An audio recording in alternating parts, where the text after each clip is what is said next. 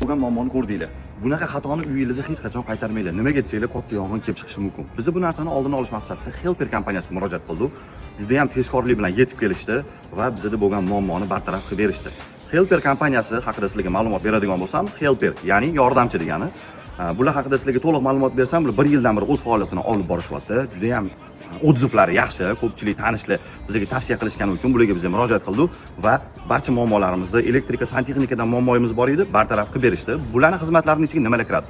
Elektrika, santexnika, kafil qilish kerak bo'ladimi yoki ustalik, любой remont podключ xizmatlari ham bor. Tezkor, juda ham ishligi sifatli ekan, menga juda ham yoqdi. Uyingizda bir dona lampochka kuyib qolsa ham kelib almashtirib berishadi, hech qanaqa muammosiz. Ishligidan juda ham mamnunmiz.